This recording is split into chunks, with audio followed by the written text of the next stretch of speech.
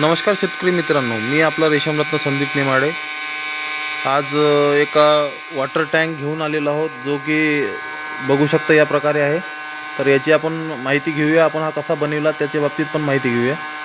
तर बरेच शेतकऱ्यांना काय होतं की आपले पाण्याचं जे टँक आहे ते आपल्याला खूप महाग मिळतं।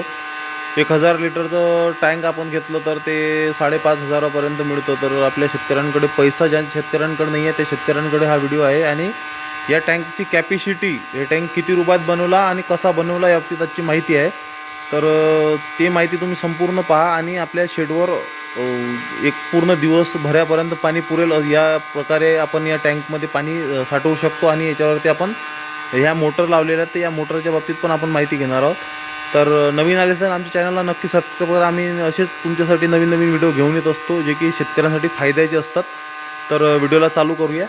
तर हा टँक बघा तुम्ही, हा एक पिवळी पॉलिथिन आपण आणून बनवलेला आहे। आणि याचा जो डायमीटर आहे हे पण घ्या, एक शेडची वॉल कंपाऊंड आहे 2 फुटाचा, 2-2.25 फुटाचा कंपाऊंड आहे। त्यालाच आपण हा यल वापरलेला आहे कंपाऊंडचा, हे बघू शकता तुम्ही। आणि याच्यामध्ये आपण हे पॉलिथिन टाकलेली आहे। तर आपण काय केलेलं आहे, तर या ठिकाणी आपण एक अँगल मिळतो, तर असे 2 अँगल या साईडनं आणि 1 अँगल त्या साईडनं आपण असं लावलेलं आहे। तर याच्यामध्ये आपण जे लोखंडी आपल्याला गज मिळतात ते गज आपण याच्यामध्ये आपण हे या प्रकारे बांधून घेतलेले आहेत, हे बघू शकता तुम्ही। आणि हे आतमध्ये आपण अँगल जो आहे हा 2 फुटापर्यंत आतमध्ये टाकलेला आहे होल करून, हे बघू शकता। हे गज लावलेला आहे या प्रकारे। आणि या यल आकाराला आपली एक वॉल कंपाऊंड आहे विटीची। या ठिकाणी आपल्याला फक्त यल मारावा लागला, हे बघू शकता। आणि हे जे आहे हे 10 बाय 10ची एक वॉटर टँक आहे। याच्यामध्ये आपण कॅल्क्युलेशन केलं ना तर 4,500 लिटर पाणी बसतं। 4,500 लिटर पाणी आपल्याला पूर्ण दिवसभरापर्यंत आपण 2 मोटर नेटवर पाणी आणि फॉगर आणि वरचे मिनी नोझल लावले तरी पण आपल्याला हे 7 ते 8 घंटे पुरून जातं। आणि कमी वापर असला तर जास्तही पुरतं। पण आपण हे कशासाठी बनवलेलं, आपल्याकडे दिवसा सोलर पंप आहे, पण आपण काय केलेलं आहे की आपल्याला रात्री जे गरम हवा आहे ते त्याकरता आपल्याला हे चालवण्यासाठी पाणी आपण स्टोअर केलेलं आहे। आपला उद्देश वेगळा आहे थोडा, कारण की रात्रीच्या टाईमला पाला सुकतो, तर थोडा संध्याकाळ झाली तर त्या ठिकाणीपासून रात्री 9-10 वाजेपर्यंत खूप गरम हवा राहताना आपण पाला संध्याकाळपर्यंत तो सुकतो। त्याकरता मी हा टँक बनवलेला आहे। दिवसाला मला सोलर पंप असल्यामुळं टँक बनवायची गरज नव्हती, पण हे रात्रीसाठी बनवलेलं आहे।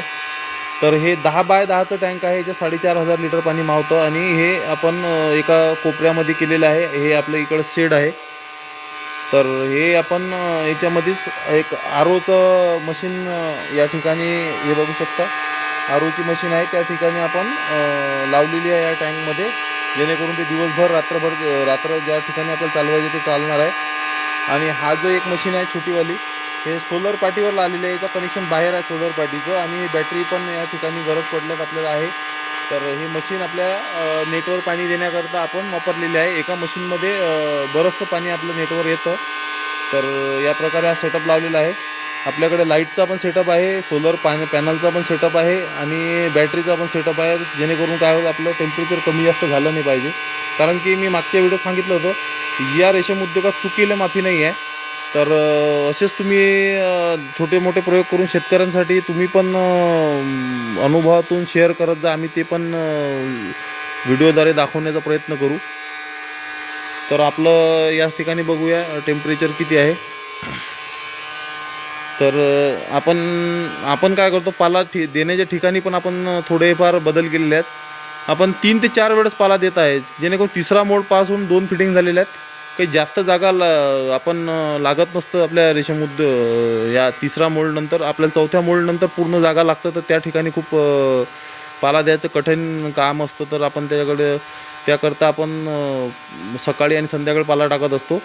तर आता काय केलेलं आहे मी, पाल्यावर एक उपाय केलेला आहे की आपल्याला पाला सुक्याचं प्रमाण जास्त राहतं। तर मी काय करतो, पातळ फिडिंग, आता मला दिवसभर मी शेडवर असतो तर पातळ फिडिंग देत असतो, सकाळी एकदम, दुपारी पण, आणि 4 वाजता पण मी पातळ फिडिंग देतो। आणि संध्याकाळी पण द्यायचा प्रयत्न करतो, जसा पाला हे खाणार तसा मी फिडिंग देतो। एक्स्ट्रा पाला सकाळपासून संध्याकाळपर्यंत मी काही टाकत नाही, तो पाला सुकतो, बऱ्याच शेतकऱ्याचा बेड वाढतो आणि अळीला पण तो खायला मिळत नाही। आपण काय करायचं, जेवढा पाला लागला तेवढा पातळ फिडिंगसाठी तो जायचा, बागेमधून कापून आणून टाकायचं. ज्या शेतकऱ्यांकडे टाईम आहे त्यांनी तो तसं काम केलं तर त्यांचा अळी पण प्रॉपर वाढ होणार आणि पाला पण त्यांचा कमी लागणार, पाला सुकणार पण कमी. फक्त याच्यात थोडेसे कष्ट आहेत, पण ते कष्ट आपण 20 दिवसापर्यंत कष्ट आपण घ्यायला तयार असतो आणि त्यानंतर आपल्याला त्याचे रिझल्ट मिळतात. तर असं आपलं नियोजन असलं पाहिजे. हे बघू शकता तुम्ही, तिसरा मोड पास झालेला आहे.